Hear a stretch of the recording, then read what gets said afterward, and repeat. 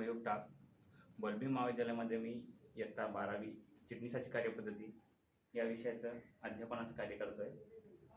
यामध्ये सर्वप्रथम आपण चिटणीसाची कार्यपद्धती जी आहे इयत्ता 12वी मधला सर्वात प्रथम जो पहिला टॉपिक आहे, पहिला पाठ आहे, यामध्ये संस्थात्मक वित्त व्यवस्थापनाची ओळख हा आपण आज बघणार आहोत। संस्थात्मक वित्त व्यवस्थापनाची ओळख। मग यामधला सर्वात अगोदरचा मुद्दा बघा, संस्थात्मक वित्त व्यवस्थापन। मग संस्था म्हणजे काय की जी कंपनी किंवा एखादा व्यवसाय जो आहे त्या व्यवसायाशी निगडित असलेली कार्य करणारी संस्था, याचं वित्त व्यवस्थापन यामध्ये सांगितलेलं आहे। मग वित्त व्यवस्थापन म्हणजे काय? मग वित्त व्यवस्थापन कशाला म्हणता येईल की आर्थिक गोष्टीशी संबंधित असलेले, पैशाशी संबंधित असलेले जे व्यवस्थापन आहे हे या माध्यमातून केलं जातं। मग आर्थिक गोष्टीचं व्यवस्थापन हे प्रत्येक संस्थेला करणं गरजेचं असतं का? तर ते करणं अत्यंत गरजेचं आहे। का? कारण की अशा प्रकारचं जर व्यवस्थापन जर केलं नाही तर ती संस्था एक तर जास्त काळ चालू शकणार नाही, किंवा ती संस्था त्याची जी उलाढाल आहे किंवा त्या संस्थेमधला पैशाचा जो वापर आहे तो व्यवस्थित करता येऊ शकतो का? करता येऊ शकत नाही। म्हणून संस्थात्मक वित्त व्यवस्थापन यामध्ये सर्वात अगोदर काय सांगितलेले, त्याचा जो अर्थ आहे, मग या अर्थामध्ये काय सांगितले, निधी उपलब्धता। पहिला मुद्दा काय सांगितलेला आहे, निधी उपलब्धता। मग निधी कोणत्या स्वरूपामध्ये कुठून निर्माण केला जातो, म्हणजे जे भांडवल आहे त्या संस्थेमध्ये, ते संस्थेमध्ये भांडवल जे आहे ते कोणत्या पद्धतीनं निर्माण केलं जातं, त्यालाच काय म्हणलेलं आहे इथं, निधी उपलब्धता। हा जरा पहिला मुद्दा अर्थामधला। आणि त्याचा योग्य विनियोग, योग्य विनियोग, इथं फक्त विनियोग का म्हणलं नाही, कारण की जर विनियोग म्हणलं असतं तर यामध्ये कोणत्याही प्रकारचे खर्च हे त्या संस्थेच्या वित्त व्यवस्थापनामध्ये आले असते। मग यामध्ये काय सांगितलं, योग्य विनियोग। योग्य या शब्दाचा अर्थपूर्ण कार्य या ठिकाणी आहे। योग्य विनियोग म्हणजे काय की फक्त ज्या कामासाठी त्या पैशाची आवश्यकता आहे, जी फक्त संस्थेपुरती मर्यादित आहे, संस्थेच्या बाहेरच्या कामासाठी तो पैसा वापरला जाऊ शकतो का? तो पैसा वापरला जाऊ शकत नाही। म्हणजेच योग्य विनियोग, मग त्याच कामासाठी तोच पैसा फक्त खर्च केला पाहिजे। हा झाला संस्थात्मक वित्त व्यवस्थापनाचा अर्थ। मग संस्थात्मक वित्त व्यवस्थापनाचा अर्थानंतर काय सांगितलेलं आहे की जी व्याख्या दिलेली आहे, जे संस्थात्मक वित्त व्यवस्थापनाची व्याख्या दिलेली आहे, ती व्याख्या बघा, हेनरी होगलँड यांच्या मतानुसार। हेनरी होगलँड जे तज्ञ आहेत त्यांच्या मतानुसार काय सांगितलेली व्याख्या बघा, संस्थात्मक वित्त व्यवस्था। संस्थात्मक वित्त व्यवस्था म्हणजे व्यावसायिक संस्थेने, मग व्यावसायिक संस्थेने, मग कशा प्रकारची व्यावसायिक संस्था पाहिजे की ज्या संस्थेमध्ये कशा प्रकारे एखाद्या वस्तूची निर्मिती करून त्याची विक्री केल्यानंतर त्या संस्थेला मोठ्या प्रमाणावर, कमाल प्रमाणावर जास्तीत जास्त काय नफा प्राप्त होणं अत्यंत गरजेचं आहे। मग व्यावसायिक जे आहे म्हणजे ज्या संस्थेचा फक्त व्यावसायिक जो वापर आहे तोच केला जातो, त्यामध्ये दुसऱ्या पद्धतीने त्याचा वापर केला जातो का? नाही, त्यामधून फक्त आणि फक्त नफा हा प्राप्त केला जातो। व्यावसायिक संस्थेने केलेले भांडवल संपादन, केलेले भांडवल संपादन, मग भांडवल संपादन करणं हे त्या व्यावसायिक संस्थेच्या दृष्टीने अत्यंत महत्त्वाचं आहे। मग भांडवल संपादन करताना ती कंपनी किंवा ती संस्था काय करत असते की समहक्क भागाची विक्री करून सुद्धा भांडवल निर्माण करू शकते। मग अशा प्रकारचं जे भांडवल आहे ते संपादन करणं गरजेचं आहे। फक्त भांडवल आहे आणि भांडवल स्वतःजवळ आहे किंवा भांडवल जमा आहे या दोन गोष्टीमध्ये फरक आहे. म्हणून या ठिकाणी काय सांगितलेलं आहे, भांडवल संपादन. संपादन म्हणजे काय की कंपनीच्या किंवा व्यावसायिक संस्थेच्या खात्यामध्ये ते पैसे उपलब्ध असले पाहिजे आणि त्याचा विनियोग, मग जो पैसा जमा झालेला आहे त्याचा विनियोग, मग त्याचा खर्च कसा करायचा आहे, कोणत्या प्रकारे करायचा आहे, त्याचा विनियोग या ठिकाणी सांगितलेलं आहे की कोणत्या प्रकारचा खर्च केला जाऊ शकतो. या गोष्टीची, कोणत्या गोष्टीची, भांडवल संपादन, बरोबर आहे, आणि त्याचबरोबर त्याचा विनियोग, या दोन्ही गोष्टीची, एका गोष्टीची चालेल का या ठिकाणी, चालणार नाही. उदाहरणार्थ बघा इथे काय सांगितलंय की भांडवल संपादन जर केलंय नुसतं परंतु त्याचा विनियोगच केला नाही, म्हणजे एक प्रकारे त्याचा खर्च जर केला नसेल तर वित्तीय व्यवस्थापन किंवा संस्थात्मक वित्त व्यवस्थापन हे त्या संस्थेमध्ये केलं जाऊ शकतं का, तर केलं जाऊ शकत नाही. म्हणून भांडवल संपादनाबरोबरच त्याचा विनियोग कशा प्रकारे करायचा आहे या दोन्ही गोष्टीची हाताळणी म्हणजेच काय सांगितलेलं आहे की संस्थात्मक वित्त व्यवस्थापन असं म्हटलेलं आहे. मग बघा परत एकदा की हेनरी होगलँड यांच्या मतानुसार काय सांगतायत की हेनरी होगलँड यांच्या मतानुसार संस्थात्मक वित्त व्यवस्था ने व्यावसायिक संस्थेने, जी संस्था फक्त व्यावसायिक दृष्ट्या त्याची स्थापना झालेली आहे किंवा व्यवसाय करण्यासाठी त्या संस्थेची काही लोकांनी, ज्यामध्ये प्रवर्तक एक अत्यंत महत्त्वाचा घटक आहे, ज्याच्या मनामध्ये व्यवसाय संस्था स्थापन करण्याची इच्छा निर्माण होते, कल्पना निर्माण होते आणि तो ती कल्पना अस्तित्वात आणतो. मग अशी व्यावसायिक संस्थेने भांडवल संपादन केलेले, व्यावसायिक संस्थेने केलेले भांडवल संपादन म्हणजे काय की जे संस्थेकडं भांडवल उपलब्ध झालेलं आहे, जमा स्वरूपामध्ये त्या संस्थेच्या खात्यामध्ये ती रक्कम जमा आहे असे, व त्यांचा विनियोग या दोन्ही गोष्टीची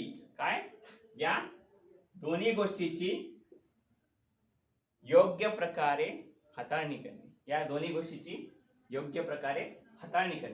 म्हणजेच काय सांगितलेलं आहे, संस्थात्मक वित्त व्यवस्था असं म्हणलेलं आहे.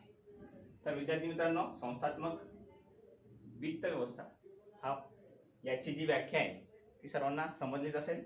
पुढचा मुद्दा बघा, या संस्थात्मक वित्त व्यवस्थेमध्ये जो व्यवस्थापक असतो त्याला अत्यंत महत्त्वाचे कार्य करावे लागत असेल, ते म्हणजे आपण बघा जे कार्य आहेत किंवा त्याला काही खात्रीलायक गोष्टी नमूद कराव्या लागतात किंवा खात्री करून घ्याव्या लागतात की त्या आधारावर वित्त व्यवस्थापन कशा प्रकारे केलं जाऊ शकतं. यामध्ये पहिला मुद्दा आहे पुरेशी आणि समाधानकारक जे वित्त आहे, जे पुरेसं आहे आणि समाधानकारक आहे, जे वित्त आहे त्या वित्तीय त्या संस्थेकडं किंवा त्या कंपनीकडे उपलब्ध आहे किंवा नाही हे कोणाला बघावं लागतं, त्या वित्त व्यवस्थापकाला बघावं लागत असतं.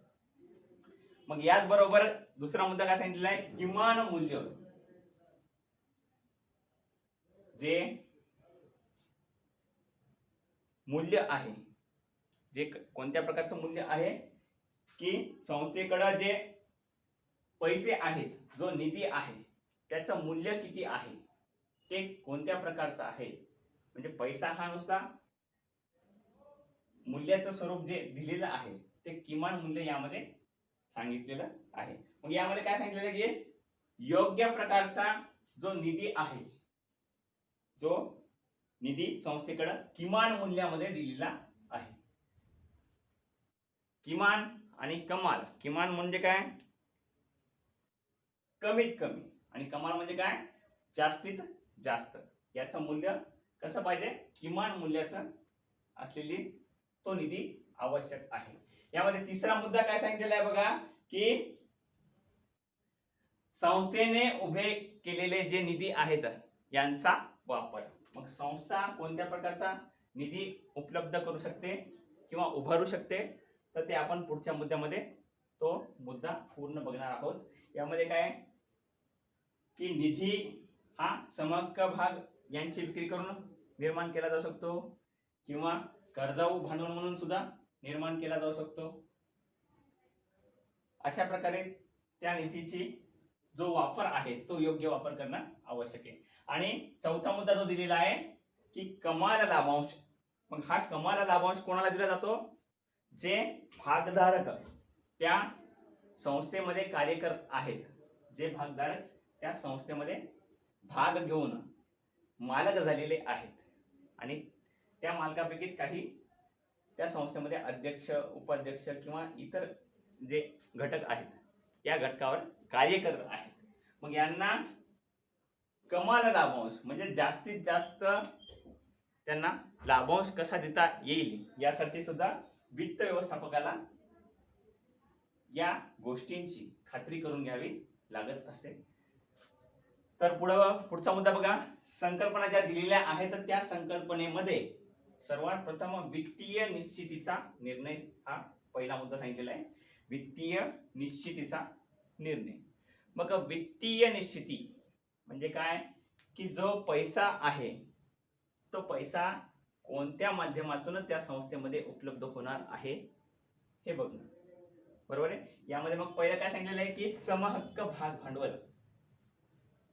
मग कंपनी किंवा संस्था जी आहे त्याची स्थापना झाल्यानंतर ती संस्था समहक्क भागाची विक्री करून भांडवल निर्माण करत असते आणि तेच भांडवल पुढे भविष्यामध्ये संस्थेला लागणारे जे खर्च आहेत त्या खर्चामध्ये त्याचा वापर केला जातो. मग समहक्क भाग भांडवल म्हणजे काय? जे भाग अग्रहक्क भाग नाही यांना समहक्क भाग भांडवल किंवा समहक्क भाग असं म्हटलेलं आहे. एक तर समहक्क भागाची विक्री करून हे वित्त निश्चित केलं जातं किंवा कर्जाऊ भांडवल या माध्यमातून सुद्धा जे भांडवल आहे ते निश्चित केलं जात असतं. तर कर्जाऊ भांडवल केव्हा निर्माण केलं जाऊ शकतं? जेव्हा कंपनीला बराच कालावधी होतो आणि कंपनीने सुरुवातीलाच समहक्क भागाची विक्री केली असते. अशा वेळेस कंपनीचा जो वित्त व्यवस्थापक आहे तो काय करत असतो की कर्जाऊ भांडवल निर्माण करता येऊ शकतं का याची खात्री करून घेतो. मग हे कर्जाऊ भांडवल कशा पद्धतीने निर्माण केलं जाऊ शकतं? यामध्ये काय सांगितलेलं बघा की बँकेतून कर्ज हे कर्ज काढून सुद्धा वित्तीय निश्चितीमध्ये वित्त जे पैसा जो आहे तो उपलब्ध केला जातो. त्याचप्रमाणे काय की सार्वजनिक ठेवी स्वीकारून सुद्धा ती कंपनी ती संस्था काय करू शकते की जे भांडवल आहे ते भांडवल गोळा करू शकते, जमा करू शकते आणि त्याचा पुढे भविष्यामध्ये त्या संस्थेला त्या पैशाची जेव्हा आवश्यकता असेल त्याप्रमाणे त्याचा खर्च सुद्धा केला जाऊ शकतो. आणि नंबर 3 काय दिलेलं आहे? कर्जरोखे. कर्जरोख्याची विक्री ही जेव्हा समहक्क भागाची विक्री केली जाईल अशा वेळेस त्यावेळेस कर्जरोख्याची विक्री केली जाऊ शकते का? विक्री केली जाऊ शकत नाही. कर्जरोख्यांची विक्री कधी केली जाते? तर कर्जरोख्यांची जेव्हा कंपनीकडे समहक्क भाग उपलब्ध नसतात आणि सार्वजनिक ठेवी सुद्धा स्वीकारू शकत नाही. ठेवी स्वीकारण्यात सुद्धा किती प्रमाणामध्ये ठेवी स्वीकारल्या पाहिजे यांची सुद्धा मर्यादा त्या संस्थेला दिलेली असते, त्यानुसारच ठेवी स्वीकारत असते. अशा वेळेस काय करते ती कंपनी ती संस्था कर्जरोख्यांची विक्री करून वित्तीय निश्चितीचा निर्णय म्हणजे वित्तीय जे भांडवल आहे ते गोळा करून घेत असते. मुद्दा पहिला काय आला का? वित्तीय निश्चितीचा निर्णय हा पहिला मुद्दा. आता दुसरा मुद्दा बघा, वित्त गुंतवणुकीचा निर्णय. मग ज्याप्रमाणे वित्त हे गोळा केलं जातं, मग हे गोळा करताना समहक्क भाग भांडवल, कर्जाऊ भांडवल यांच्या माध्यमातून ते गोळा केलेलं असतं. त्याचप्रमाणे गोळा झालेलं जे भांडवल आहे मग ते सर्वच्या सर्व व्यवसाय संस्थेमध्येच खर्च केलं जातं का? तर व्यवसाय संस्थेमध्ये खर्च केलं जात नाही. म्हणून काय सांगितलं दुसरा मुद्दा, वित्त गुंतवणुकीचा निर्णय. मग जे भांडवल गोळा झालेलं आहे त्यातील काही प्रमाणामध्ये, जे भांडवल गोळा झालेलं आहे त्यातील काही प्रमाणामध्ये जे भागधारक असतात, बरोबर आहे, जे भागधारक आहेत, मग हे या संस्थेमध्ये भागाची खरेदी का करत असतात? तर त्यांना त्या भागाच्या खरेदी मधून, म्हणजे जे पैसे गुंतवलेले आहेत त्यांच्या माध्यमातून त्यांना काय पाहिजे की जास्तीत जास्त कशा प्रकारे नफा हा प्राप्त करता येऊ शकतो, म्हणजे त्यांना उत्पन्न कोणत्या पद्धतीने प्राप्त होऊ शकतं हे बघणं गरजेचं आहे. मग कमाल लाभांश आहे, हा कमाल लाभांश कोणाला देणं गरजेचं आहे? जो समहक्क भागाची खरेदी करतो असा भागधारक यांना कमाल लाभांश देणं त्या संस्थेला अत्यंत गरजेचं आहे. मग यासाठी वित्त गुंतवणूक ही करणं सुद्धा आवश्यक आहे. मग यामध्ये जे भांडवली मूल्य आहे, मग हे भांडवली मूल्य म्हणजे काय की त्या संस्थेने जे गोळा केलेलं भांडवल आहे, जो पैसा आहे, जे वित्त आहे, याचं मूल्य किती प्रमाणामध्ये आहे, कोणत्या प्रकारचं आहे, हे भांडवली मूल्याच्या आधारे पाहिलं जाऊ शकतं. मग यामध्ये काय सांगितलेलं आहे की भांडवली मूल्य जे दिलेलं आहे, मग एखादी संस्था जी असते याच्या भांडवली मूल्यावर सुद्धा त्या संस्थेची जी बाजारातील पत आहे ती सुद्धा अवलंबून असते. मग यामध्ये काय सांगितलेलं आहे, भांडवलावरील परतावा, हा भांडवलावरील परतावा म्हणजे काय सांगता येईल? भांडवलावरील परतावा तर जे भांडवल गुंतवलेलं आहे त्यातून मिळणारा उत्पन्न हे भांडवलावरील परतावा याला असं म्हटलेलं आहे. आणि दुसरा मुद्दा काय सांगितलेला आहे? भांडवली मूल्यापेक्षा जास्त.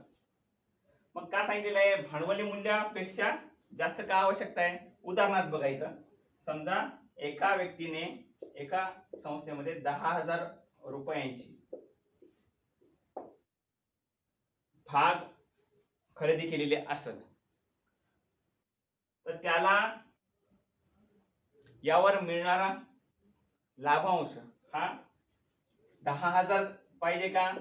किंवा 10,000 गुंतवले 10,000 त्याला परत पाहिजे का? नाही, त्याला जास्तीत जास्त म्हणजे 11,000 12,000 जेवढे जास्तीत जास्त मिळेल म्हणजे किमान चालेल का? नाही, कमाल लाभांश त्याला प्राप्त होणं गरजेचं आहे. मग याच प्रकारे जसं भागधारक पैशाची गुंतवणूक करत असतो त्याच प्रकारे संस्था सुद्धा पैशाची गुंतवणूक करत असते. मग अशा पैशाची गुंतवणूक करताना ही भांडवलावरील परतावा म्हणजे समजा त्या संस्थेने 10,000 रुपये इतर संस्थेमध्ये गुंतवलेले असेल तर परत त्यांना जे पैसे प्राप्त होणार आहेत, जे भांडवल गुंतवलेले आहेत ते त्यांना 11,000 12,000 असे असले तरी चालतात, परंतु 9,000 चालेल का? नाही, 9,000 जर झाले तर काय होईल? भांडवली मूल्यापेक्षा ते कसे असेल? कमी असेल, बरोबर आहे. भांडवली मूल्यापेक्षा कसे पाहिजेत? कमी पाहिजे नाहीत. म्हणजे काय? भांडवलावरील परतावा कसा पाहिजे? जे मूल्य भांडवली मूल्य आहे त्यापेक्षा भांडवली परतावा हा कधीही जास्त असला नाही पाहिजे. भांडवली मूल्यापेक्षा कसा पाहिजे? तो जास्तीत जास्त म्हणजे 11,000 12,000 म्हणजे या ठिकाणी काय होईल की 1,000 रुपये नफा त्या संस्थेला किंवा 2,000 रुपये नफा हा त्या संस्थेला प्राप्त होत असतो. मग अशा प्रकारचं जे वित्त गुंतवणूक आहे ती वित्त गुंतवणूक हे वित्त व्यवस्थापक जो असतो यांच्या माध्यमातून ती संस्था करत असते. बघा विद्यार्थी मित्रांनो, संस्थात्मक वित्त व्यवस्था आहे यामधला अर्थ काय सांगितलाय? निधी उपलब्धता आणि योग्य विनियोग. निधी कशा प्रकारे उपलब्ध केला जातो आणि त्याचा खर्च कोणत्या प्रकारे केला जातो हे या अर्थामध्ये सांगितलेलं आहे. दुसरा मुद्दा काय आहे बघा, व्याख्या. हेनरी हॉगलँड यांच्या मतानुसार काय सांगितलेलं आहे की संस्थात्मक वित्त व्यवस्था यामध्ये काय सांगितलंय, व्यावसायिक संस्थेने व्यावसायिक संस्थेने भांडवल जे संपादन केलेले आहे ते आणि त्याचा विनियोग या दोन्ही गोष्टीची, एका गोष्टीची का नाही, दोन्ही गोष्टीची, भांडवल जे आहे ते संपादन कशा प्रकारे केलेले आणि त्याचा विनियोग या दोन्ही गोष्टीची हाताळणी म्हणजेच काय सांगितलेलं आहे की संस्थात्मक वित्त व्यवस्था असं त्याला म्हणलेलं आहे. पुढचा मुद्दा काय सांगितलेला आहे बघा की वित्त व्यवस्थापक कोणत्या गोष्टीची खात्री करून घेत असतो की जे भांडवल आहे ते भांडवल पुरेसं आणि समाधानकारक आहे किंवा नाही त्या संस्थेकडे याची खात्री वित्त व्यवस्थापक करत असतो. नंबर 2 काय सांगितलेलं आहे, किमान मूल्य जे भांडवली मूल्य आहे ते कमीत कमी मूल्य असलेलं आवश्यक आहे. तिसरं सांगितलेलं आहे, निधीचा योग्य वापर, जो निधी त्या संस्थेमध्ये आहे त्याचा योग्य प्रकारे कसा वापर केला जातो हे या माध्यमातून सांगितलेलं आहे. आणि चौथा आहे, कमाल लाभांश, जे भाग भांडवल त्या संस्थेमध्ये पैसे गुंतवतात यांना कमाल लाभांश प्राप्त होणं अत्यंत गरजेचं आहे. जर कमाल लाभांश मिळाला नाही तर ते त्या संस्थेमध्ये पैशाची गुंतवणूक करणार नाही. पुढचं बघा, संकल्पना ज्या आहेत त्या संकल्पनामध्ये पहिला आहे वित्तीय निश्चितीचा निर्णय. यामध्ये सांगितलेलं आहे समहक्क भाग भांडवलाची विक्री एक तर कंपनीच्या सुरुवातीला, कंपनीच्या स्थापनेच्या वेळेस, मध्यावधी कालावधीमध्ये सुद्धा केली जाऊ शकते. त्यानंतर काय सांगितलेलं आहे, कर्जाऊ भांडवल, जे कर्जाऊ भांडवल आहे त्या माध्यमातून सुद्धा वित्तीय निश्चिती केली जाते. यामध्ये मुद्दा आहे बँकेतील कर्ज, दुसरा आहे सार्वजनिक ठेवी किंवा कर्ज रोखे, या तिन्हीच्या माध्यमातून या वित्तीय निश्चितीचं कार्य पार पाडलं जातं. दुसरा मुद्दा बघा, वित्त गुंतवणुकीचा निर्णय, जे पैसा निर्माण झालेला आहे त्या पैशाचा योग्य प्रकारे विनियोग करणं आवश्यक आहे. यामध्ये काय सांगितलेलं आहे, कमाल लाभांश, मग जास्तीत जास्त कसा लाभांश प्राप्त होईल, कशासाठी तर भागधारकांना जी गुंतवणूक केलेली आहे त्यासाठी त्यांना जास्तीत जास्त लाभांश प्राप्त होणं गरजेचं आहे. यामध्ये काय, भांडवली मूल्य, मग एखाद्या संस्थेने जर भांडवल गुंतवलेले असेल त्यामध्ये भांडवलावरील जो परतावा आहे हा कधीही भांडवली मूल्यापेक्षा जास्त असणं गरजेचं आहे. म्हणजेच काय, जर 10,000 गुंतवणूक केली असेल तर त्यांना 11,000 किंवा 12,000 रुपये परतावा हा पूर्ण प्राप्त झाला पाहिजे. म्हणजेच नफा जो आहे तो 1,000 किंवा 2,000 किंवा अशा प्रकारे प्राप्त होऊ शकतो. मग अशा प्रकारे आपण संस्थात्मक वित्त व्यवस्थापनाची ओळख यामधले हे मुद्दे बघितलेले आहेत. धन्यवाद.